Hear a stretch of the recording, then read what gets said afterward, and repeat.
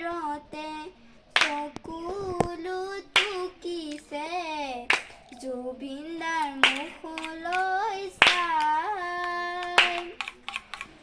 তোমাৰ অবিহনে গোটেই ভাৰততে কোনোৱেই সম্পদ নাই।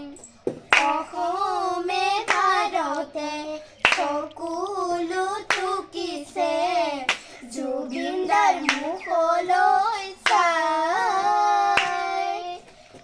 তোমাৰ অবিহনে গোটেই ভাৰততে কোনোৱেই সম্পদ নাই।